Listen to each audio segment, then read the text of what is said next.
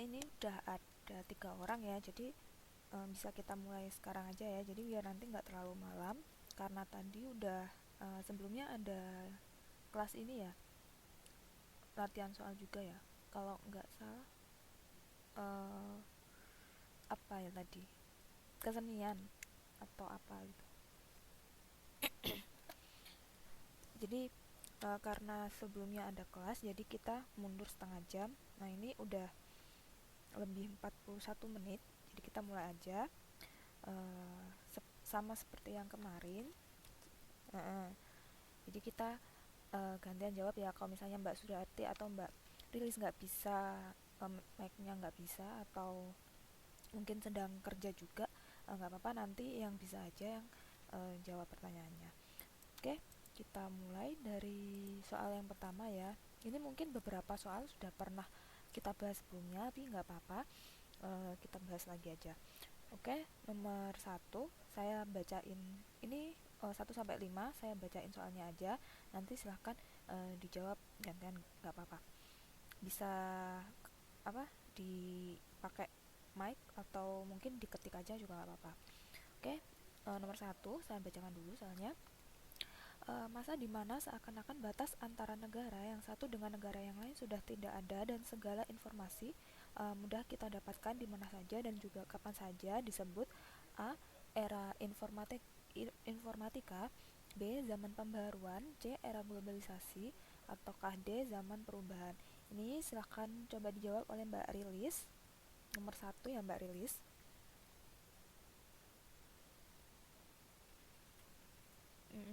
Jawabannya C ya. Ini ada yang beda nggak dari jawabannya Mbak Rilis? Mbak Rilis menjawab C. Gak ada ya.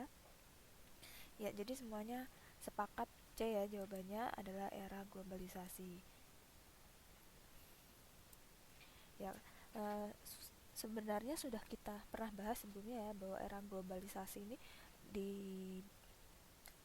didapatkan dari kata dasar global yang artinya mendunia. Jadi seakan-akan itu tidak ada batas ya antara satu negara dengan yang lainnya. Kita dengan mudah bertukar informasi, kita dengan mudah uh, apa pergi ke suatu tempat tanpa ada nggak perlu susah-susah kayak dulu ya, pas belum adanya era globalisasi ini. Oke, nomor 2, kita semua bisa mendapatkan segala informasi yang terkini dari seluruh penjuru dunia melalui A. Telepon seluler, B. Intercom, C. Wartel, D. Internet. Ini silakan Mbak Suparmi. Internet ya. Ada yang beda? Nggak ada? Nggak ada ya. Ya, jadi sudah jelas bahwa sekarang internet ini nanti aja nggak apa-apa. Ini 1 sampai 5 saya aja dulu, nanti selanjutnya. Jadi seperti yang kita tahu ya, bahwa internet sekarang itu udah mulai uh, mendekatkan yang jauh, kasarnya kayak gitu. Jadi kita yang ada di Taiwan bisa dengan mudah mendapatkan berita yang ada di Indonesia tanpa kita perlu susah-susah ngirim surat terlebih dahulu, atau apa, mungkin nungguin berita beberapa hari kayak gitu. Tapi sekarang apa yang terjadi bisa langsung kayak live kita tahu.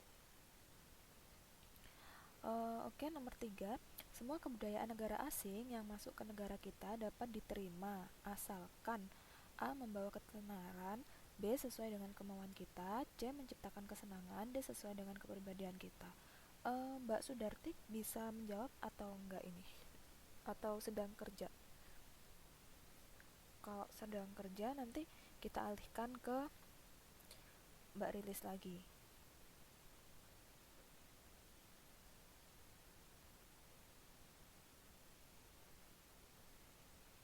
Oke, kayaknya Mbak Sudarti sedang kerja ya. Mbak Rilis bisa membantu jawab. Nomor 3.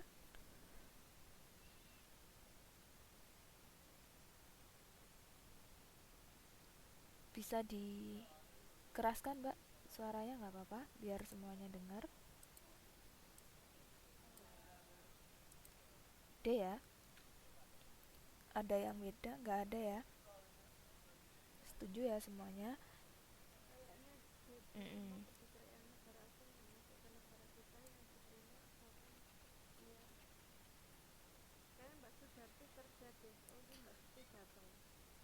Iya, Mbak Siti baru datang. Ntar gantian lagi nggak apa-apa. Ya, jadi jawabannya Mbak Rilis benar ya. Ini adalah sesuai dengan kepribadian kita. Jadi bukan berarti kita asal menerima kebudayaan asing ataupun asal menolak kebudayaan asing, tapi kita harus memilih dan memilahnya. Apakah ini sesuai dengan kepribadian kita? Misalnya ada kebudayaan asing yang kita nilai itu positif.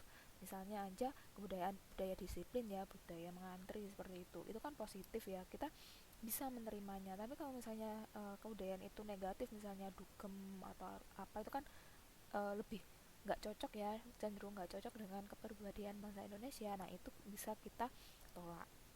Nah selanjutnya nomor 4, Mbak Suparmi ya, dampak globalisasi yang bernilai negatif di bidang bidang sosial budaya diantaranya adalah kecuali A. Bergaya hidup konsumtif, B. Berdandan ala barat, C. Sikap hedonisme, ataukah D. Munculnya lembaga swadaya masyarakat.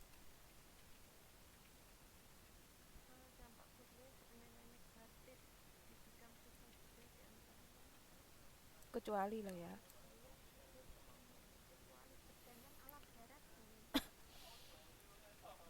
Berdandan ala barat.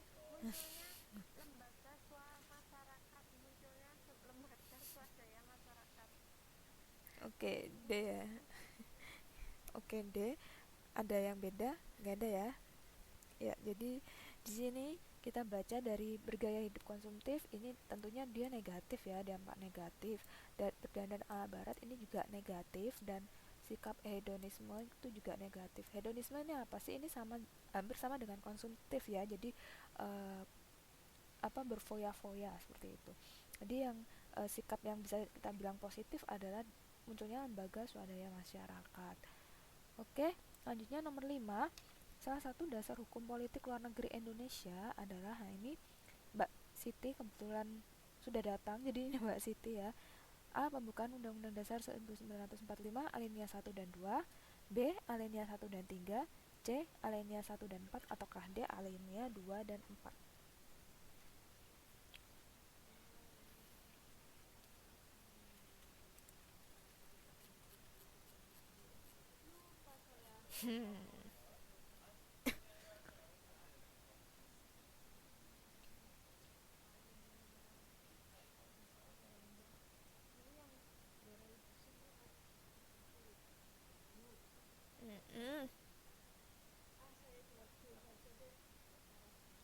D.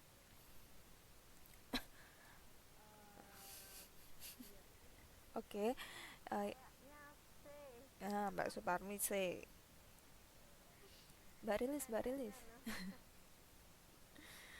Ini kalau beda-beda ini biasanya nanti bingung ya. Oke, kita lihat dulu ya. Coba di alinea 1. Kalau di alinea 1 itu kan masih ingat nggak sih pembukaan Undang-Undang Dasar 1945?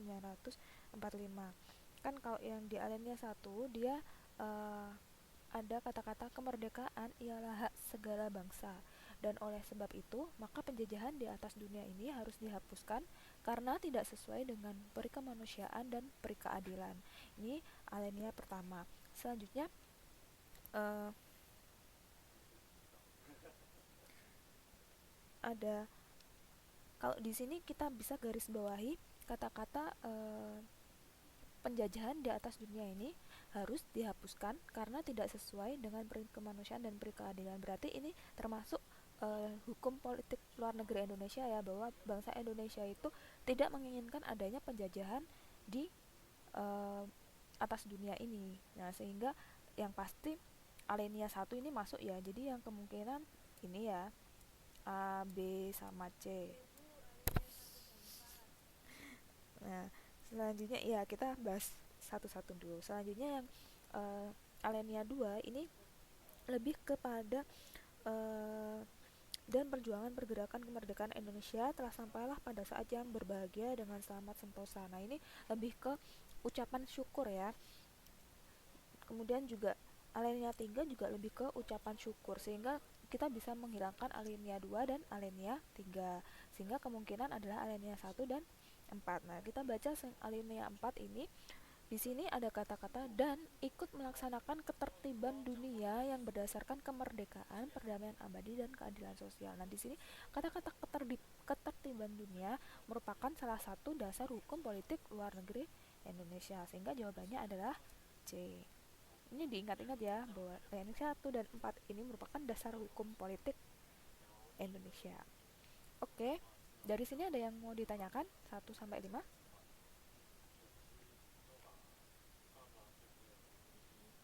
Jelas ya? Oke, kita lanjut lagi. Uh, Nomor 6, Mbak Rilis. Ya, silahkan Mbak Rilis.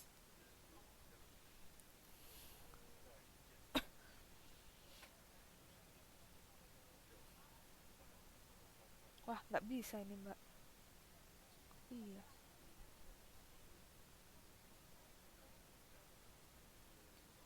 Apa gantian sama Mbak Suparmi juga nggak apa-apa? Mbak Rilis bisa lihatnya di mana? Hmm. Oh, saya bacain. Ya, sarana yang berpengaruh pada dunia yang tanpa batas di era globalisasi saat ini adalah A. Lembaga swadaya masyarakat, B. Telepon dan radio, C. Media elektronika dan media massa, D. Biro jasa dan pialang. Non, kamu itu bisa download filenya terus dibuka dibuka filenya separuh itu yang satu buka file satu masuk ke Chrome bisa loh.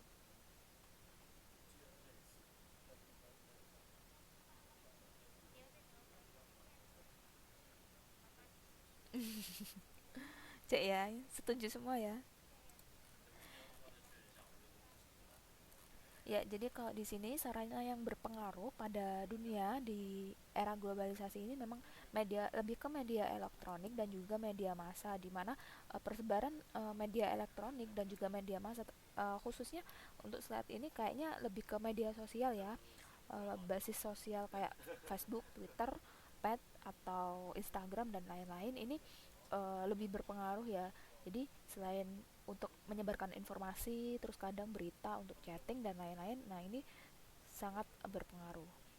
Oke, selanjutnya nomor 7, Mbak Suparni, silakan. Mm-mm. Dalam rangka mengantisipasi dampak negatif perdagangan bebas, maka dapat dilakukan dengan cara A. Kerjasama dengan negara maju, B. Mengganti sistem ekonomi yang baru, C. Menumbuhkan dan mengembangkan jiwa nasionalisme dan patriotisme yang penuh pada para pengusaha Indonesia, D. Menjalankan sistem ekonomi yang berdikari tanpa kerjasama dengan negara lain. Jawabannya apa ya ini ya? Kerjasama dengan negara negatif reference dapat dilakukan dengan cara kerjasama dengan negara maju ya. Oke, Mbak Suparni jawab A, kerjasama dengan negara. Dampak negatif ya. Mm-mm. Dampak negatif Untuk mengantisipasi dampak itu positif, kerjasama dengan negara maju itu positif, mengatasi sistem baru ya positif, menumbuhkan dan mengembangkan apa ya mengantisipasi ini ya. dampak negatif.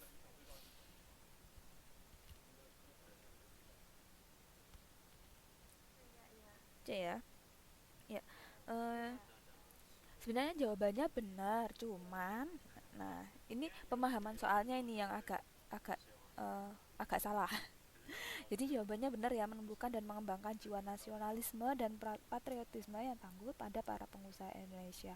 Nah, maksud dari soal ini adalah bagaimana sih kita untuk mengantisipasi dampak negatif dari perdagangan bebas. Jadi kan kalau misalnya pasar bebas itu kan dikhawatirkan nantinya kasarnya semua muanya itu dijualin kayak gitu ya, karena emang bebas bebas di sini tuh artinya kita bisa beli barang dari luar dan orang luar juga bisa beli barang dari kita kayak gitu ya, karena udah bebas banget. Tapi tetap ada aturannya sih, cuma maksudnya kebanyakan tuh wes kita bisa beli dari luar, dan luar bisa dari dalam. Nah, kalau misalnya untuk mengantisipasi dampak negatif adalah gimana caranya kita mengembangkan jiwa nasionalisme dan patriotisme. Kita tanamkan bahwa negara Indonesia itu punya produk-produk yang bisa bersaing di pasar global kayak gitu. Jadi kita harus bangga dengan produk-produk yang merupakan produk asli Indonesia. Terus gimana caranya biar produk kita itu bisa bersaing kayak gitu. Jadi kalau misalnya nggak ada jiwa nasionalisme atau patriotisme, dikhawatirkan nantinya uh, kita itu malah kebanyakan impor dari luar, tetapi tidak berusaha mengekspor barang yang merupakan ciri khas negeri kita seperti itu ya. Oke, selanjutnya nomor 8, Mbak Siti.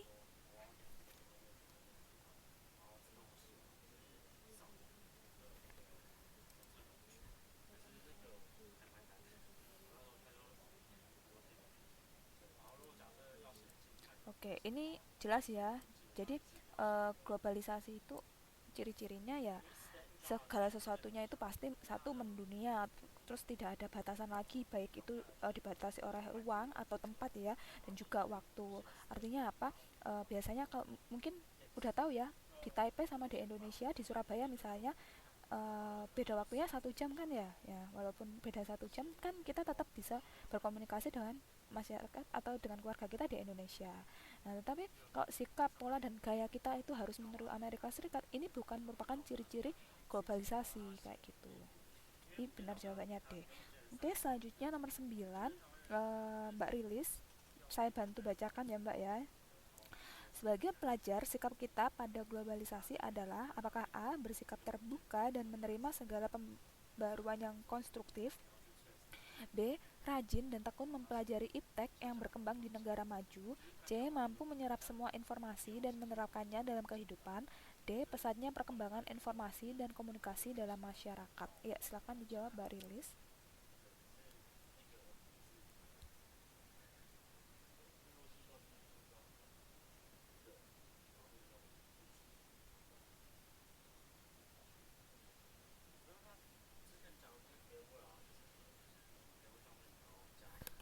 Mbak Rilis, ini masih connect atau ada gangguan? Atau Mbak Suparmi? Oh ya, monggo Mbak Suparmi. Sebagian studi pelajar pada globalisasi adalah A. Bersikap terbuka dan menerima segala pembaruan yang konstruktif. B. Rajin dan tekun mempelajari iptek yang berkembang di negara maju. C.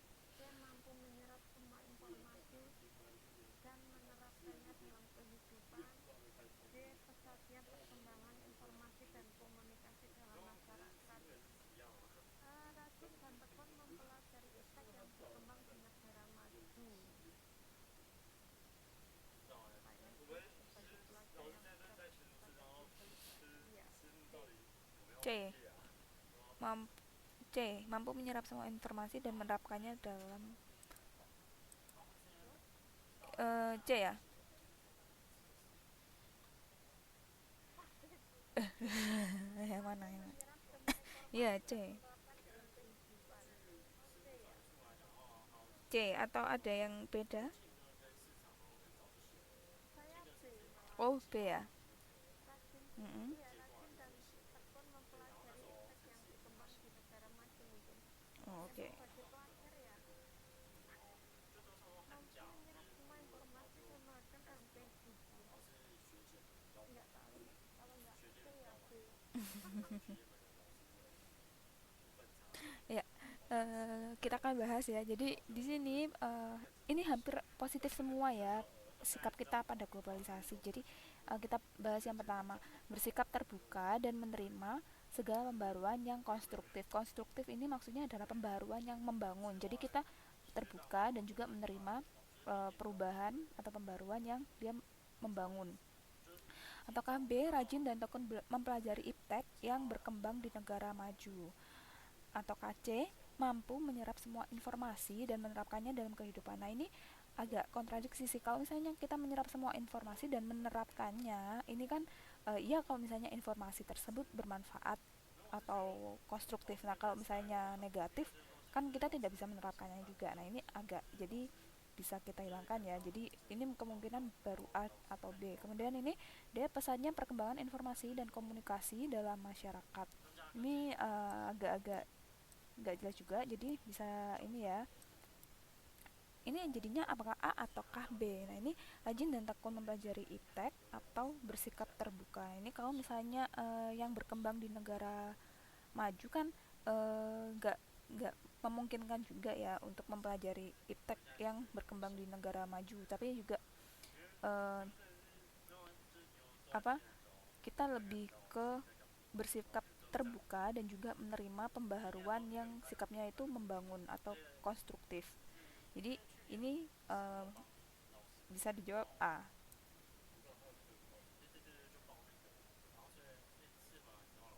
Oke, selanjutnya Misalnya A atau B. ya A. Ya, selanjutnya nomor 10 Ini cukup Mas. Mbak Siti. Mas saya yang baca. Mbak Siti. Silakan Mbak Siti. Saya perlu. Ya, Mbak Siti dulu nanti. Mm-mm. Ya,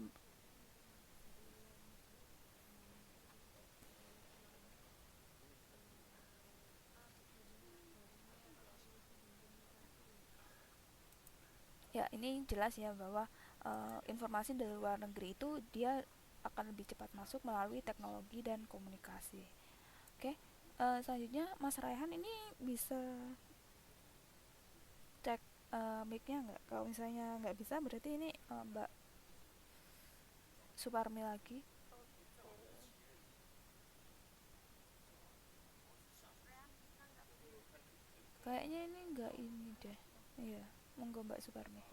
Sikap yang harus diambil terhadap pengaruh globalisasi adalah menyeleksi, menolak, menyesuaikan diri, kompromi. Menyeleksi juga ya.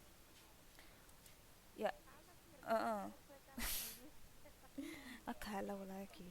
Ya, ini jadi uh, Menyeleksi lah. lebih tepatnya menyeleksi ya. Jadi kita pertama-tama harus menyeleksi dulu. Jika tidak menyesuaikan diri. Kalau menyesuaikan diri kan berarti ya sekarang trennya apa ya kita menyesuaikan kayak gitu kan nggak bagus juga ya. Kalau misalnya trennya bagus ya, kalau trennya itu jelek kan eh, malah jadi jelek ya. Jadi kita harus tetap menyeleksi apa yang ada dulu.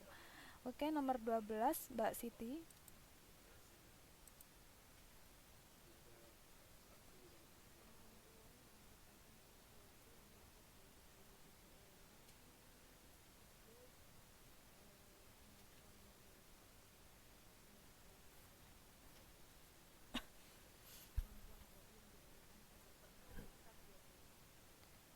Kemampuan dah.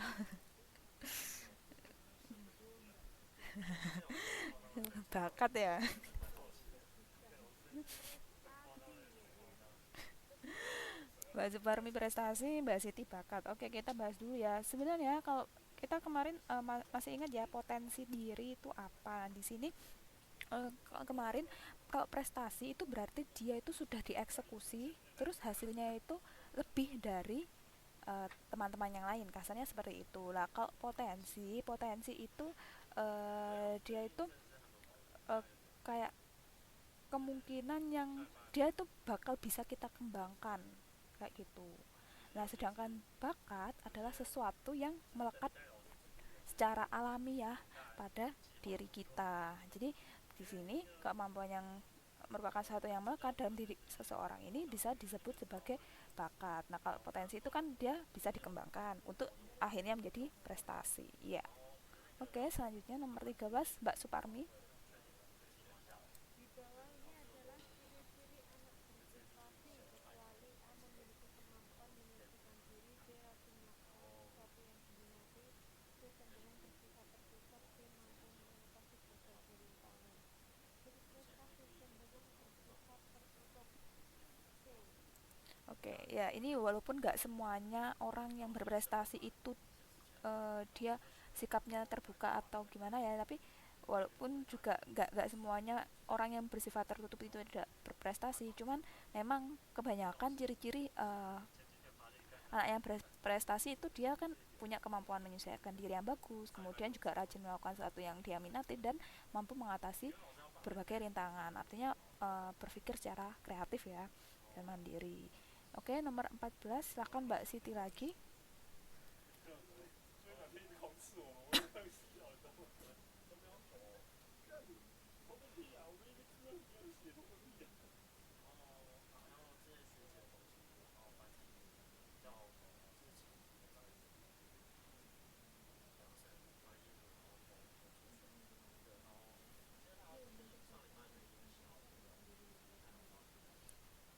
Oke.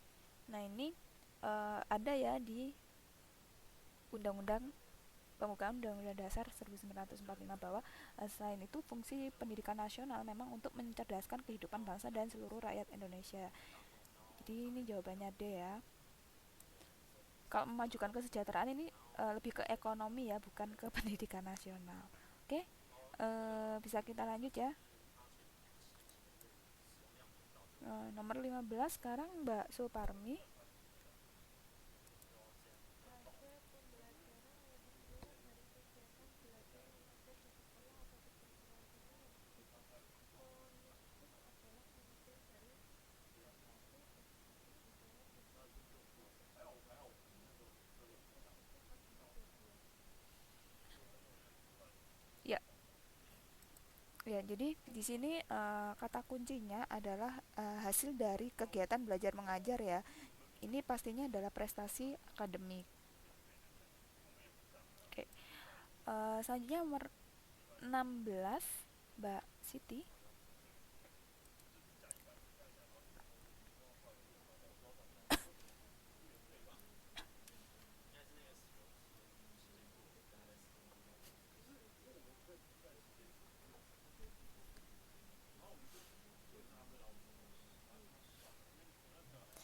Ya, kita ingat ya bahwa kekayaan yang melimpah itu tidak eh, tidak menjamin bahwa kita akan berprestasi walaupun toh itu mendukung tapi nggak menjamin loh ya.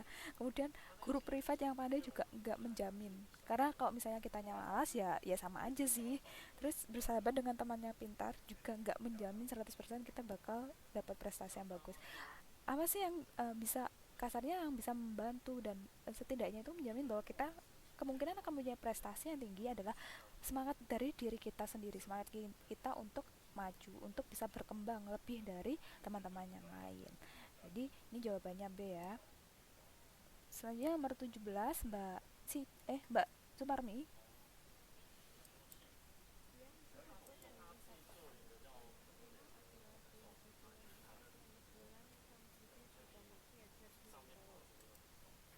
Ingat ya, masih ingat semboyannya Ki Hajar Dewantara apa? Ingarso Sang Tulodo. Oh, Engarsa Sang Tulodo Mm-mm. ing Madya ing madya mangun karso tuturi handayani. Tepuri Handayani. Ya, artinya kalau kita berada di depan, kita menjadi panutan, ya kan? Terus ing madya mangun karso artinya apa? Kak berada di tengah. Nah, ini PR ini. PR ini biar tahu. Kalau berada di tengah harus apa? Wes, harus tahu ini. Ki Hajar Dewantara yang di waduh saya kurang tahu ini uang yang baru ini kayak gimana. Wah, harusnya uang yang lama yang ya pernah ada sih Ki Hajar Dewantara, cuman saya lupa nominalnya berapa. Seratusan ribu itu loh kalau nggak salah. 100-an ribu itu kan kalau yang dulu itu Pak Karno sama Bung Hatta, merah-merah itu. Nah kan lupa kan. Oh, pernah ada sih di uang ini ya. Nanti jangan lupa ya semboyannya dicari artinya itu tadi. Oke, nomor 18 Mbak Siti. Dan juga adalah mereka yang berdedikasi pada olahraga dan Olahraga. ekonomi. Ya ini gampang ya wes, semerem gitu wes tahu olahraga. Oke, nomor 19. Siapa Mbak Rilis ya? Iya. Ya Mbak Rilis bisa ya. Nomor 19, Mbak.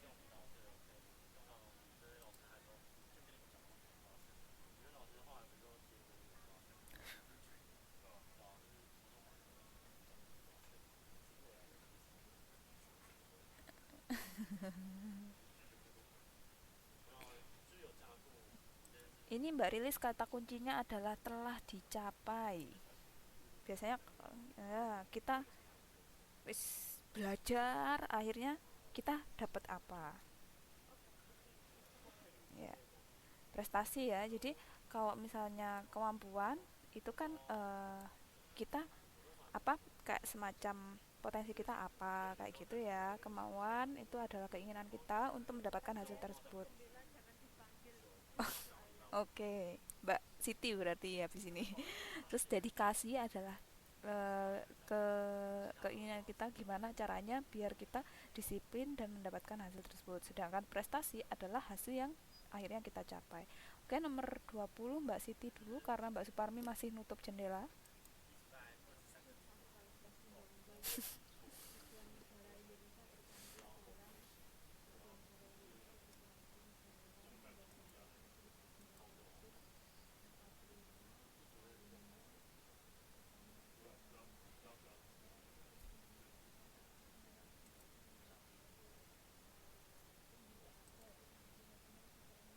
Eh, di sini tujuan negara Indonesia itu sebenarnya tercantum dalam paragraf yang paling banyak, yaitu Undang-Undang Dasar alinea keempat. Jadi tujuan didirikannya negara Republik Indonesia itu ada untuk melindungi segenap tumpah darah bangsa, bla bla bla. Nah itu ya. Jadi keempat. Iya itu PR-nya itu. Apa mbak? Apa mbak?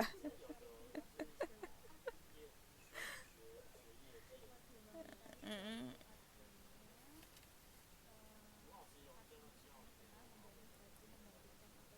Mm-mm.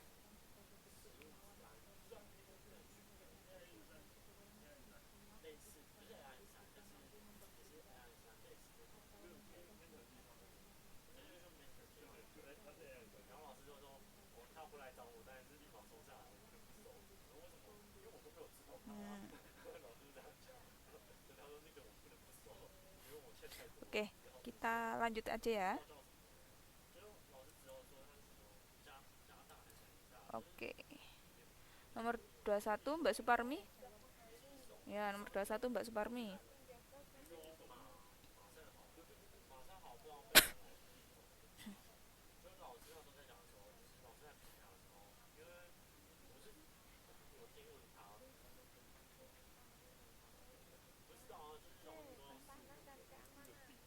Oke, ini jelas ya bahwa fungsi negara untuk melindungi uh, dari serangan baik itu dari luar maupun dari dalam seperti serangan separatis, gerakan separatis yang ingin memerdekakan diri atau ingin apa terlepas dari negara Republik Indonesia. Ini adalah fungsi negara dalam hal pertahanan dan keamanan. Selanjutnya nomor 22 Mbak Rilis bisa.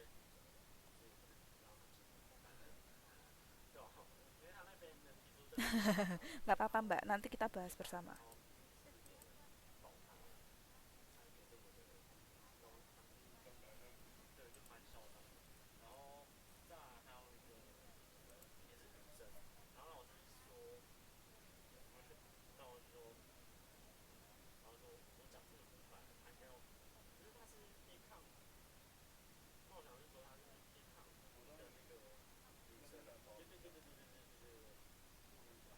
Dek, oke kita ada yang C, ada yang D. Nah ini kita baca dulu ya. Pasal, nah ini ada yang jawab C, ada yang jawab D, kita bahas dulu. Jadi pasal 27, kalau ayat 1, ini setiap warga negara punya kedudukan yang sama dalam hukum. Kalau yang pasal 2, itu berhak atas pekerjaan dan penghidupan yang layak. Nah, kalau yang pasal 3 adalah dia pasal 3 ayat 3 adalah setiap warga negara punya hak dan wajib ikut serta dalam upaya pembelaan negara. Jadi jawabannya itu C. Lah kalau D apa? Kalau yang D pasal 30 ayat 1 ini eh, dia lebih ke tentang keamanan negara. Jadi ini jawabannya C ya. Oke, nomor 23 ini waktunya Mbak Siti.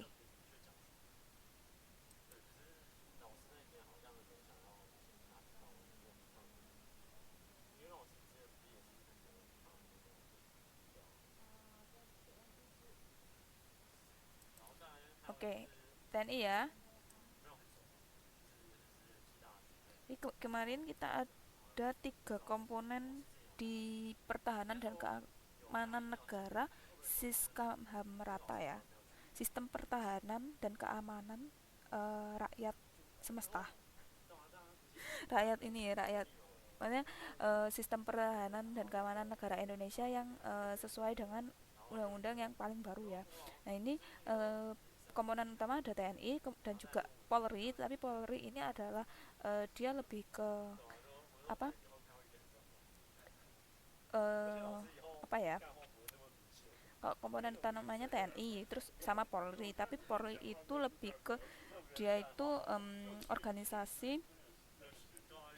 yang bisa apa organisasi formal yang diberikan pelatihan wajib. Nah, kalau yang warga negara Indonesia adalah komponen cadangan, sumber daya alam juga komponen cadangan atau pendukung. Selanjutnya nomor 24. Ya, ini Mbak Rilis tanya kok Mas Rehan nggak baca. Ini Mas Rehannya kayaknya mic-nya nggak bisa, Mbak. Jadi nggak ikut baca. Nomor 24 Mbak Suparmi. Silahkan Mbak Suparmi. Setiap organisasi masyarakat dalam memelihara lingkungan di tempat tinggalnya didorong oleh kewajiban konstitusional dirasa dan kepentingan musyawarah RT. Nggak apa-apa. Negara Indonesia sebagai wujud partisipasi merupakan sumber kewajiban masyarakat sebagai warga negara.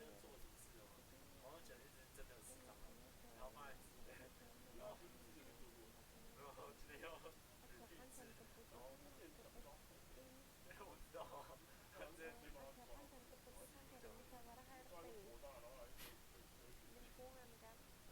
Mm-mm. Pemeliharaan lingkungan di sekitar tempat tinggal. Ya, Mbak Suparmi menjawab B. Ada yang beda? Atau semuanya B?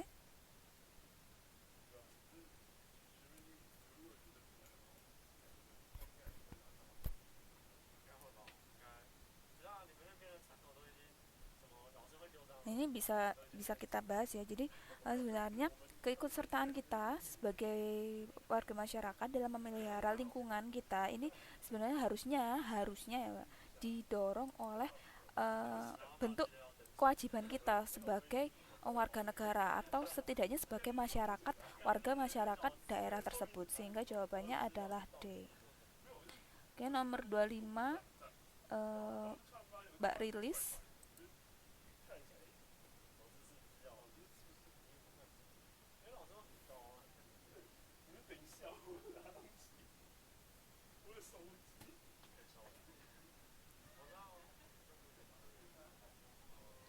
Dapat berupa,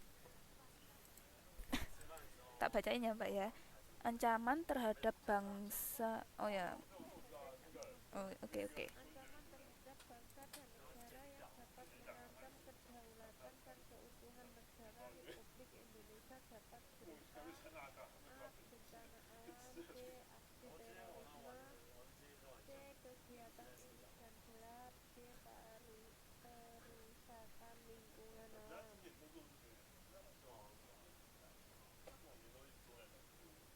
Ancaman terhadap negara, bangsa dan negara loh ya.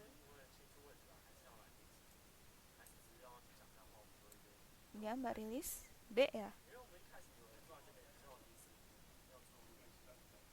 Oke, Mbak Rilis menjawab B. Benar ya? Iya. Benar ya, B ya. Aksi terorisme ini merupakan salah satu ancaman yang dapat mengancam kedaulatan dan juga keutuhan NKRI. Ini berbahaya ya, karena beberapa mungkin di Indonesia enggak, belum belum, dan semoga enggak ya, enggak parah-parah banget. Nah, kalau misalnya di luar kan ada yang beberapa yang dia tuh semacam dia sampai ada perang kayak gitu ya, yang enggak berkesudahan, dan itu sangat merugikan banyak pihak. Oke, selanjutnya nomor 26. Aduh, ini kecepatan. Nah, ini 26. Silakan Mbak Siti. Mbak Siti. pada tahun 2021 tentang Kepala Negara Kesatuan Negara Republik Indonesia Bela Negara Republik Indonesia Pendidikan RI.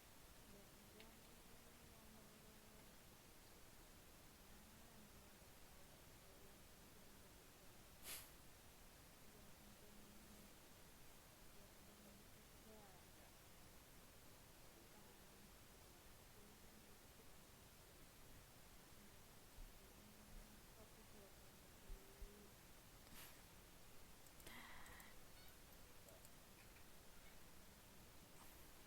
Ya apa sih? Dijawab aja, milih, udah nggak apa-apa. Bukan salah. Ini apa sih namanya tuh? Kepolisian. Kepolisian ya. Tapi yang benar Indonesia. Harusnya bela negara. Oke, kita akan bahas dulu ya. Tidak masalah. Undang-Undang Nomor 3 tahun 2002 ini sebenarnya dia tuh mengatur tentang pertahanan negara. Jadi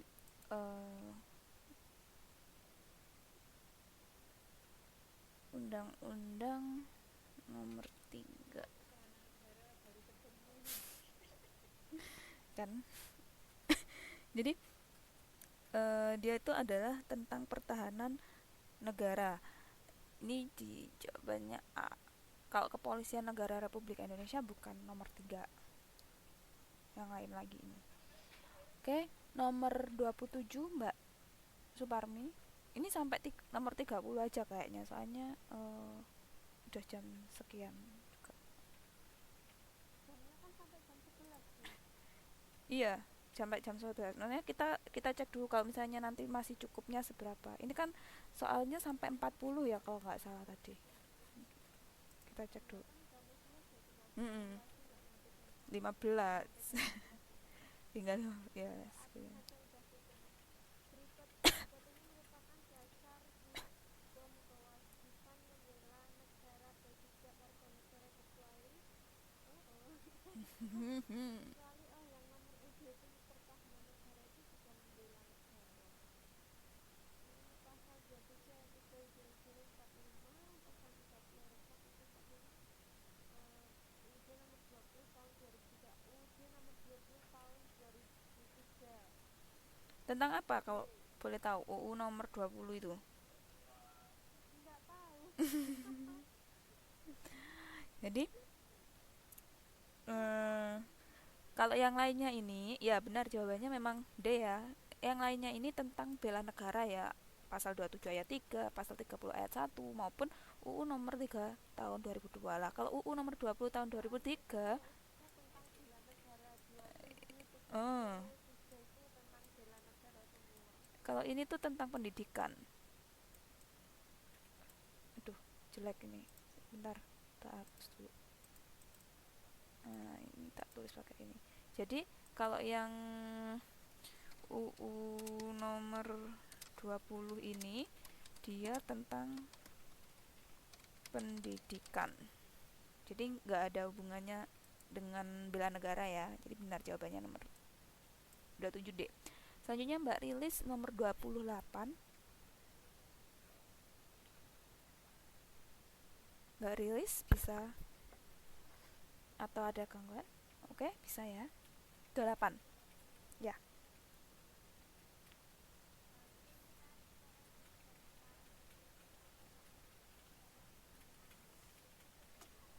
Hmm.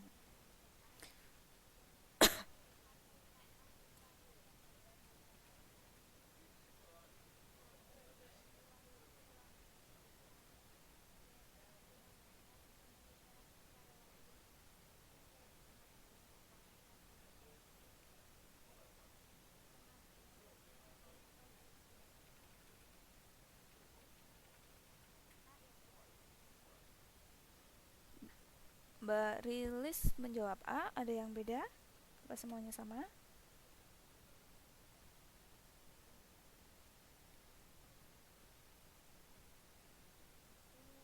Pendidikan keluarga, timsar, PNI, dan paramedis maupun pengabdian sesuai profesi.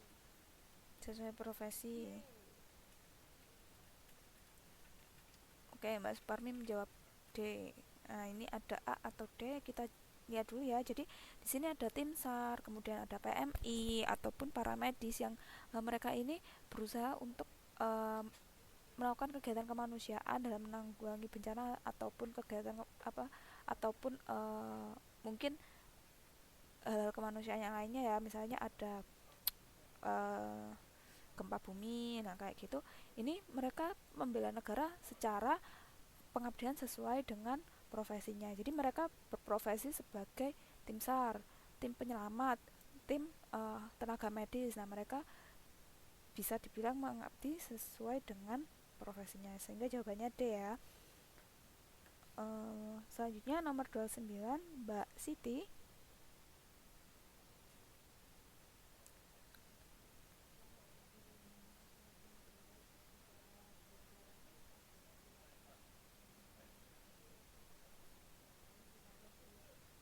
Wilayah A ya. Ada jawaban yang lain? Mm-mm.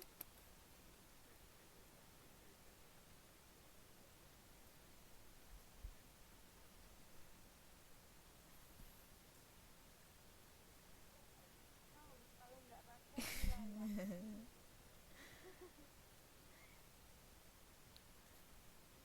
Kemarin itu ada yang namanya syarat negara itu dibagi dua ya. Ada syarat negara secara deklaratif, ada juga syarat negara secara konstitutif.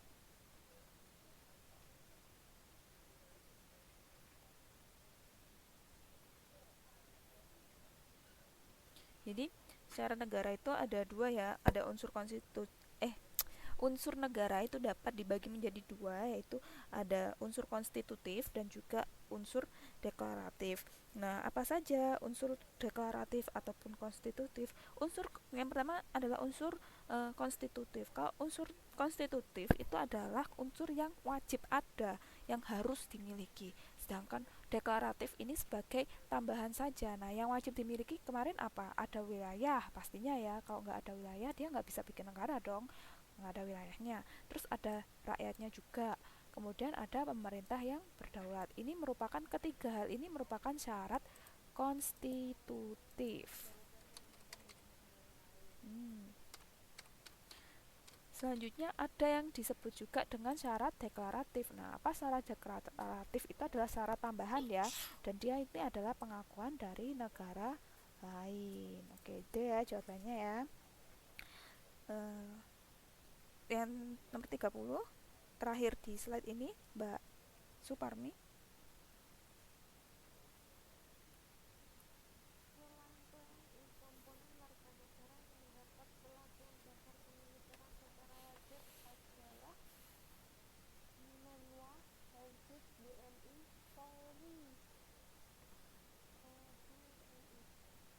Polri, Polri ya. Polri juga mendapat kemiliteran ya, Polri. Polri ya, ya. Jadi Di sini yang dia mendapat pelatihan dasar kemiliteran secara wajib ini adalah Polri. Nah, yang khusus ini adalah semacam Linmas, kemudian Hansip kayak gitu ya. Ini bukan bukan komponen utama juga. Selanjutnya nomor 31. Mbak Rilis bisa baca. Oh, Mbak Sudarti udah bergabung dengan kita ya.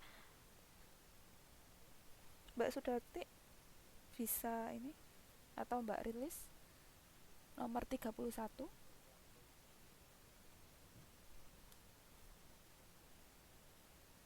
Mbak Sudarti kayaknya ini masih kadang connect kadang enggak.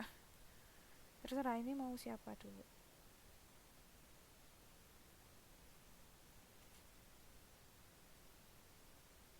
Mbak Rilis atau Mbak Sudarti? Mbak Rilis dulu mungkin ya. Ya, ya rilis dulu nggak apa-apa, kalau nggak ya saya baca nggak apa-apa. Mbak Rilis kelihatan nggak? Itu selanjutnya adalah menurut pemegawai. Manusia merupakan senjata sosial. Manusia adalah makhluk yang hidup dan bersosial.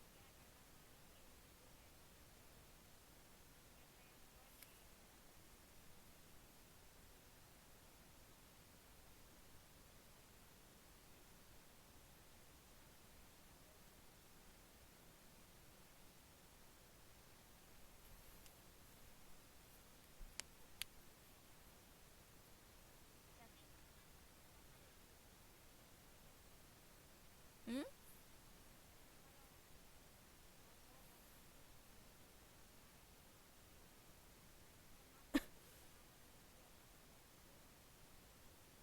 manusia itu Cik. dijelaskan Mbak. Oh iya. Jadi uh, oke, okay. Ini langsung kita bahas aja ya. Jadi ini sebenarnya adalah kalimat dari bahasa Latin ya. Ada dua, biasanya yang paling terkenalnya ada dua. Yang pertama ada Homo homini lupus sama Homo homini socius. Ya, jadi ada dua ya. Kalau yang Homo homini lupus ini bener B, dia adalah manusia merupakan serigala bagi manusia yang lain. Nah, kalau manusia adalah makhluk sosial atau teman bagi sesama manusia itu adalah Homo homini socius. Nah, maksudnya kenapa sih kok disebut manusia ini disebut Homo homini lupus? Karena uh, manusia selain dia itu sebagai makhluk sosial, tapi tidak jarang manusia itu kadang juga eh apa ya, bisa berlaku kejam terhadap manusia yang lain. Nah, contohnya apa? Contohnya misalnya di sini ada perang kepentingan, kemudian terjadinya perang seperti itu. Nah, ini merupakan eh, kenapa sih manusia itu dinamakan Homo homini lupus. Oke, sekarang nomor 23 Mbak Siti. Ini tadi sempat kita bahas juga. Nomor 32, sorry, nomor 32. Kunjungan pendidikan negara dan pengelolaan negara, komponen pendukung. Yang bagus bagi kita. PRI ya Bu, PRI itu kan perusahaan. Komponen pendukung. Komponen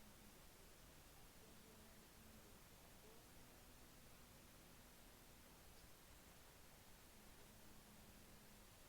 Komponen ini komponen pendukung bagi upaya negara dalam mengendalikan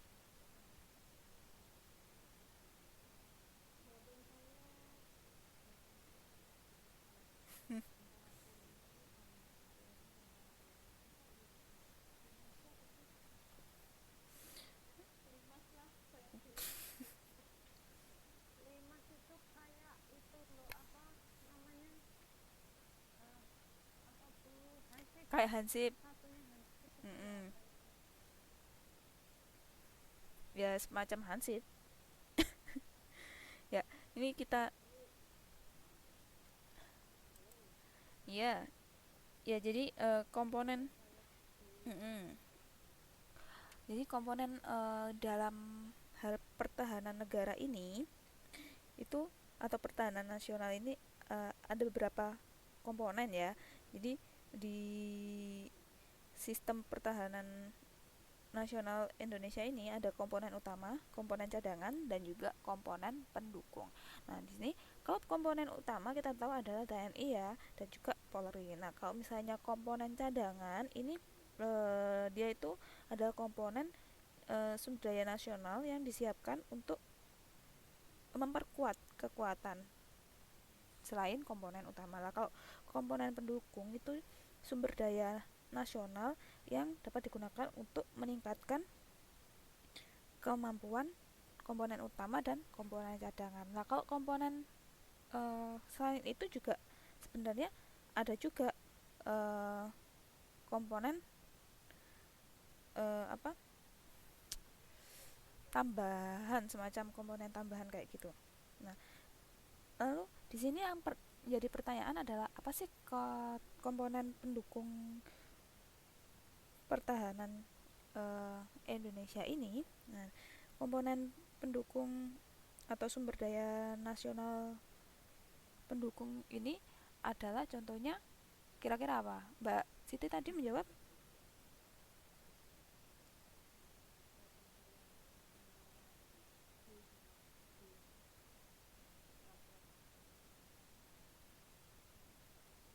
satu aja Mbak. Oke, rakyat.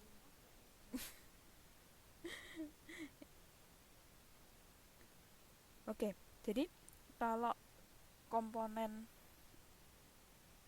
TNI komponen U utama. Duh, jelek ini. Kita hapus dulu pakai ini aja. TNI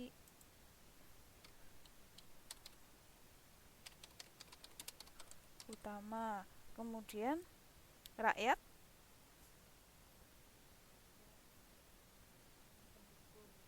pendukung Kak Mbak Siti ya.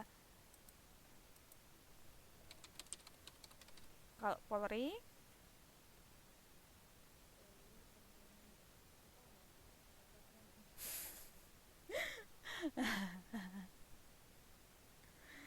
ya ya. Jadi sebenarnya yang merupakan komponen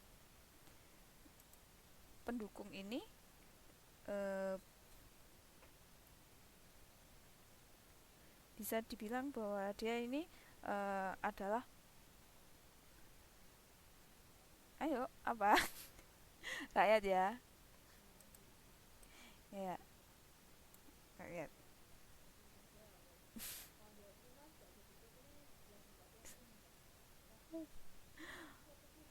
ya Cip.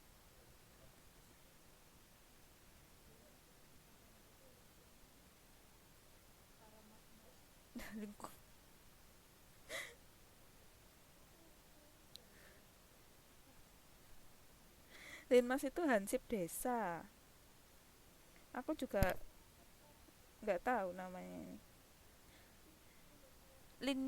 Perlindungan masyarakat, Linmas, lindungan masyarakat ya, sebenarnya perlindungan lindungan masyarakat.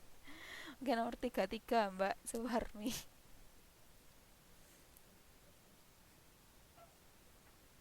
Nomor 33 menurut Konvensi Montevideo, syarat berdirinya suatu negara harus memiliki unsur-unsur penduduk yang tetap, wilayah tertentu, pemerintah yang berdaulat, harus ada daerah yang luas. Kecuali Oh, ini kecuali ya, mm, penduduk yang tetap, wilayah tertentu, pemerintah yang berdaulat. Pokoknya pemerintah yang berdaulat. pemerintah yang berdaulat. Pendukung ini nggak tahu sih. Yang terkaitnya ke pemerintah yang berdaulat.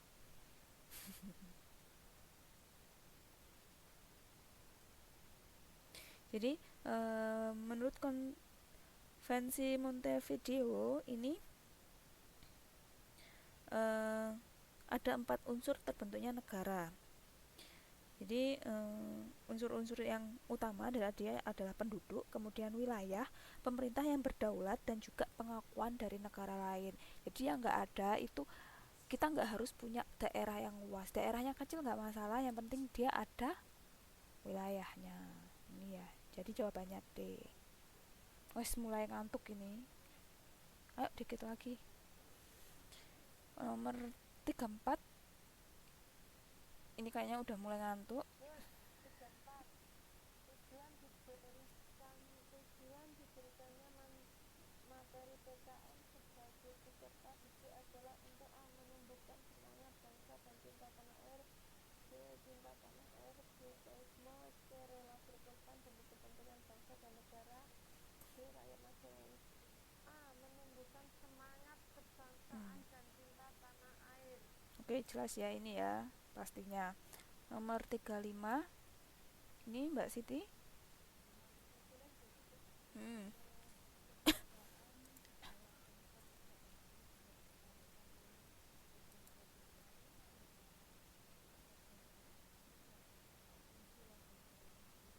Ya, udah jelas ya. Jadi warga negaranya sendiri.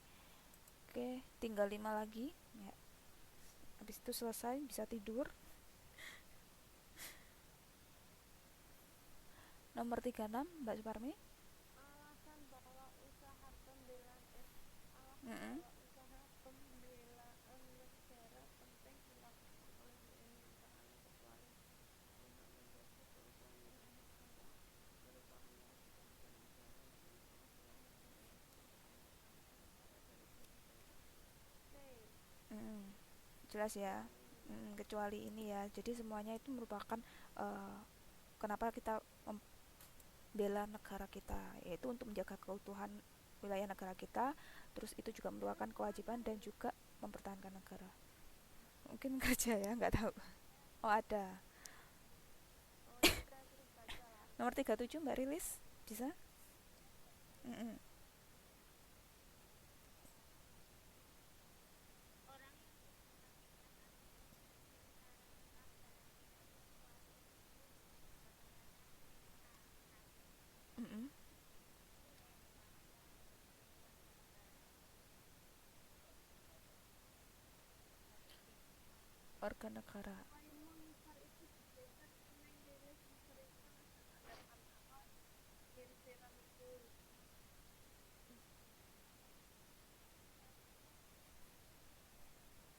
Warga negara. Ada lagi yang beda nggak? Jadi ini langsung saya bahas aja ya. Jadi yang bertempat tinggal atau berdomisili secara tetap dalam wilayah suatu negara ini bisa kita sebut sebagai penduduk. Nah, jadi tapi penduduk ini eh, belum tentu warga negara. Nah, ini kan yang ditanyakan cuma yang bertempat tinggal. Kalau warga negara itu dia tuh punya kewajiban, punya ikatan, kasarnya ikatan walaupun dia tidak bertempat tinggal atau berdomisili secara tetap di wilayah suatu negara. Misalnya kita adalah warga negara Indonesia walaupun kita tinggal di Taiwan, tapi kita saat ini kita merupakan penduduk Taiwan karena kita bertempat tinggal atau berdomisili di sini kayak gitu. Nomor 38 Mbak Suparmi, Mbak Siti.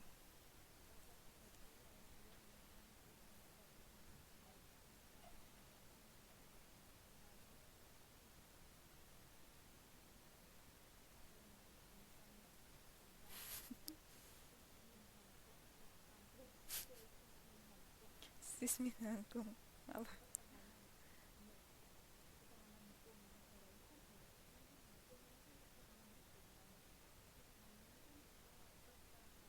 Pasalnya dibaca.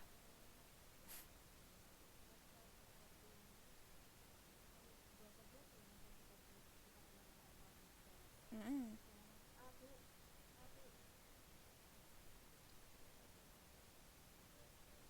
A ya. Ada yang beda? Rancid Amesnya.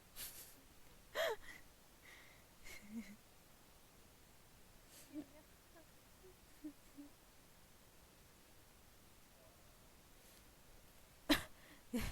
Siska.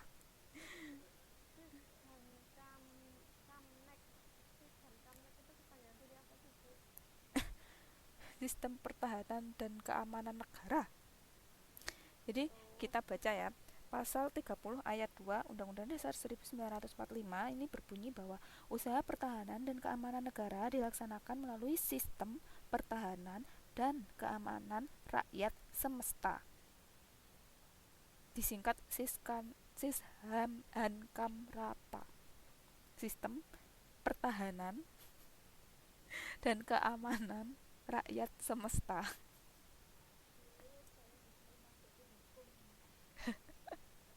Jadi B, jawabannya B ya.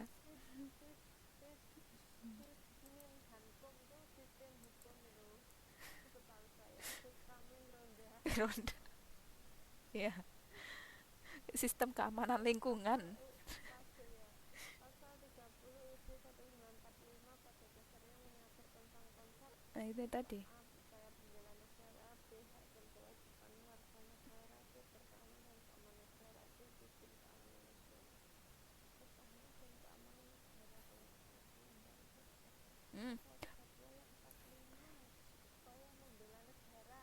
ini di atasnya ini lo udah ada sistem pertahanan. Sistem pertahanan dan keamanan negara Jadi berarti C. lebih ke sistem keamanan nasional. Oh, C.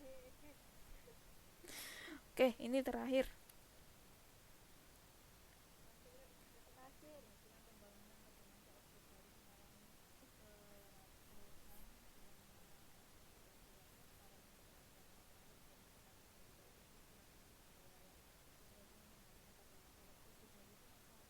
Pak Soeharto.